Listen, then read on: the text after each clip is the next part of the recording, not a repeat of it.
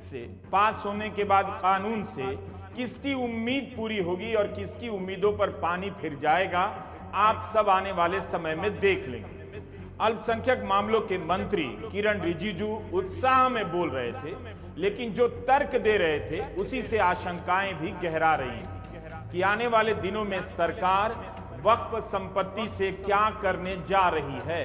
दुनिया में सबसे ज्यादा वक्फ प्रॉपर्टी हिंदुस्तान में है। सिर्फ हमारा देश में ही नहीं, दुनिया का सबसे बड़ा और सबसे ज्यादा वक्फ प्रॉपर्टी हिंदुस्तान में है।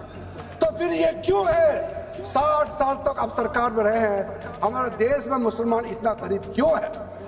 जब दुनिया का सबसे ज्यादा वक्फ प्रॉपर्टी हमारा देश में है, तो हमारा गरीब मुसलमानों का पढ़ाई के लिए, मेडिकल ट्रीटमेंट के लिए, स्किलिंग के लिए, इनकम जनरेशन के लिए क्यों काम नहीं हुआ आज तक बताइए।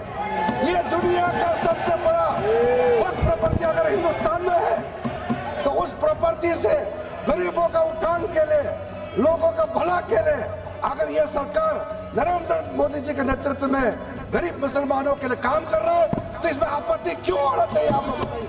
यह एक ऐसा तर्क है जो व्हाट्सएप यूनिवर्सिटी में खूब चलेगा, सराहा जाएगा। क्या यही बात किरण रिजिजू हिंदू मंदिरों और मठों को लेकर कह सकते हैं कि उनके पास लाखों एकड़ जमीन है, उससे तमाम हिंदू गरीबों की तकदीर बदली जा सकती है?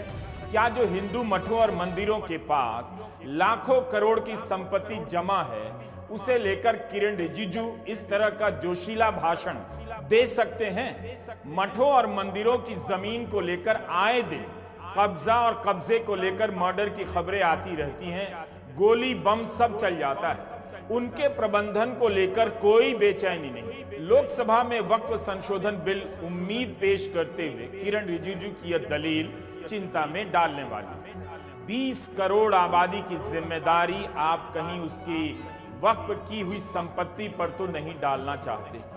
साफ पता चलता है कि वक्फ के पास लाखों करोड़ एकड़ की जमीन पर किस तरह से नजर गड़ाई जा चुकी है, और अब गरीबी दूर करने के नाम पर इन संपत्तियों का क्या होने जा रहा है बताने की जरूरत नहीं है।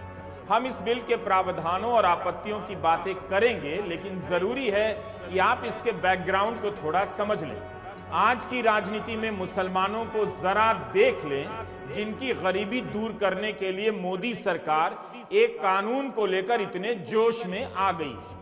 जिस देश में सड़क पर नमाज पढ़ने के नाम पर दिन रात मुसलमानों को अपमानित किया जाता है, मुसलमानों के पासपोर्ट रद्द कर देने की बात अफसर करता है, गौ रक्षा की अफवाह फैलाकर कोई गरीब मुसलमान मार दिया जाता है, किसी मुसलमान का नाम किसी मामले में आने भर से बुलडोजर से उसका घर गिरा दिया जाता है, सुप्रीम कोर्ट के रोकने के बाद भी गिराया जाता है, शाकाहार और व्रत के नाम पर उनकी दुकानें बंद करा दी जाती हैं, हाउसिंग सोसाइटी में मुसलमानों को किराए पर फ्लैट नहीं दिया जाता, खरीदना भी चाहे तो एकजुट होकर रोक दिया जाता है, उनकी इबादत गाहों पर हर दिन नए नए दावे किए जाते हैं, सरकार कभी बोलती तक नहीं, रोकती तक नहीं, बल्कि उसके लोग बयान दे देकर उकसाते रहते हैं। उस देश में मुसलमानों की भलाई के लिए वक्फ संशोधन बिल पेश किया गया है।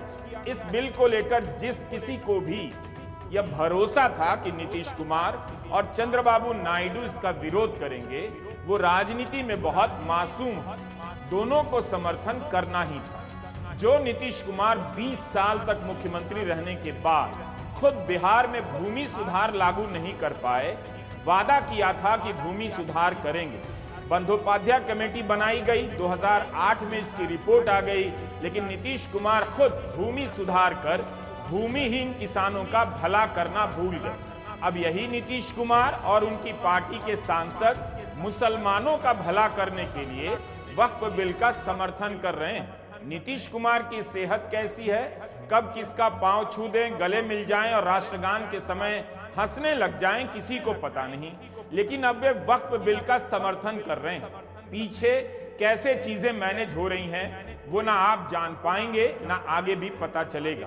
बिहार के 7 बड़े मुस्लिम संगठनों ने पत्र लिखकर वक्फ का विरोध करने के लिए कहा, मगर नीतीश कुमार ने नहीं कहा।